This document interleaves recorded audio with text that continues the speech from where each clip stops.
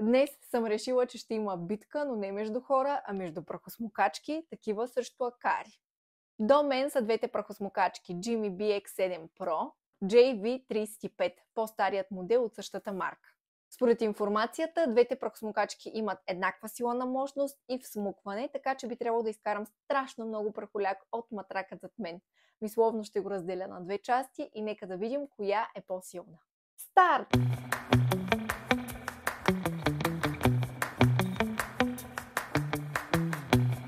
Наистина по никакъв начин не мога да преценя коя на този етап е събрала повече буклук, затова просто ще изсипем върху бели листове.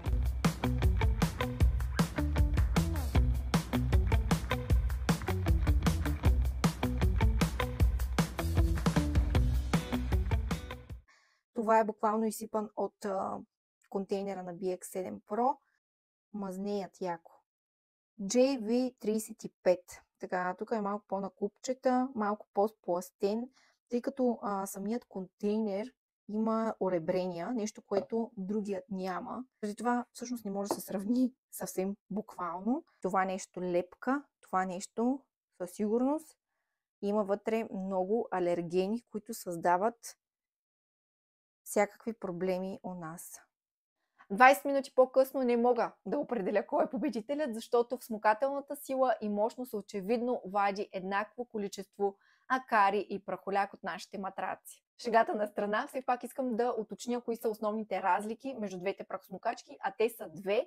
Първата от тях е, че по-старият модел няма сензор, който да показва дали зоната, която почиствате, е вече чиста.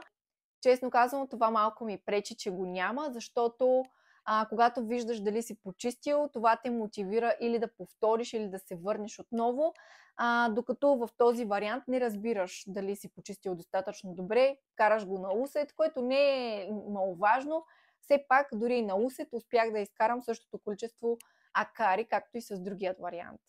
Втората основна разлика е, че по-старият модел няма функцията ултразвук, за разлика от новият, който събира всички най-добри качества на Jimmy прахосмукачки против акари. Функцията ултразвук обаче я има в вариантът BX5, така че ако решите, че тя е важна за вас, отново можете да заложите на по-евтин вариант, който има съответната функция. И за да бъде максимално полезна, разликите между трите прахосмукачки също извадих, нищо, че нямам третият вариант. Тя се различава с това, че е по-малко мощна и съответно има по-малко всмукателна сила, но разликата не е много голяма, от 700 вата на 500 вата и всмукателната сила от 16 000, които са присъщи за тези два модела, на 13 000. Всички прахосмукачки са еднакво шумни, в никакъв случай не си представите нещо тихо, но пък за този шум се крие мощността на двигателя им, който работи в името на това да извади максимално много вредни неща от вашият матрак, диван или прочие. Силно се надявам, че това видео ви е било полезно. Ако е така, оставете коментар в случай, че вече употребявате подобен тип уред у дома. Последвайте ме за още подобни видеа и използвайте моят промокод за 10% отстъпка от сайта на Jimmy. Софи!